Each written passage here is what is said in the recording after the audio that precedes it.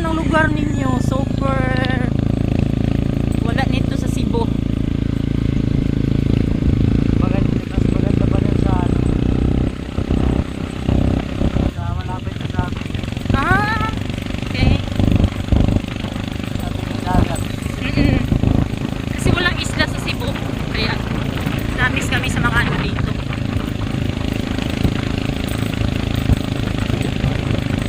Ano ba hanap buhay dito? Palayan or isdaan? Okay. Pero ano no, nakakaano kasi sa ano sa barko na sinasakyan namin galing Cebu. Ang dami naming kargang saging. Kaya nga nagtanong ako sa sarili ko, bakit walang saging dito? Oo, sa Masbate. Grabe, ang dami. Wala, ganito pala yung daan dito. Papunta palang taas.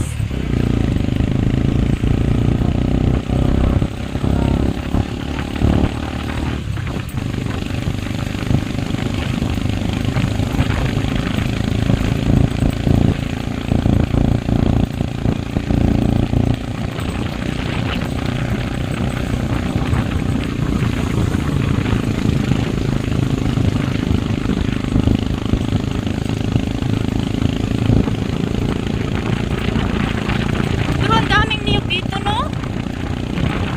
Puro mga ano dito, mga buko yung mga tanim. Kunti ka lang makakita ka lang kunti ng saging.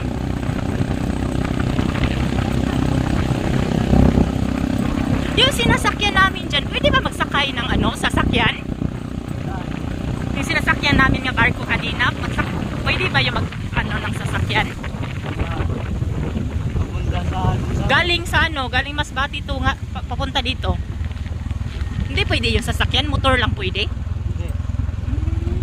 Motor lang. Motor lang pala. Walang ibang nag-ano, na barko na pwedeng kargahan ng sasakyan. Pero, Pero ano lang siguro. sila.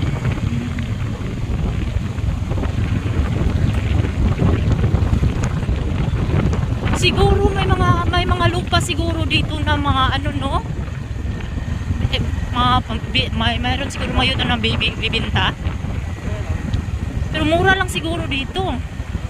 Kasi isla. Yung sa inyo. Na sobrang mahal doon sa Cebu. Magkano? 10,000 per square meters. Mahal. Oh, mas mahal kasi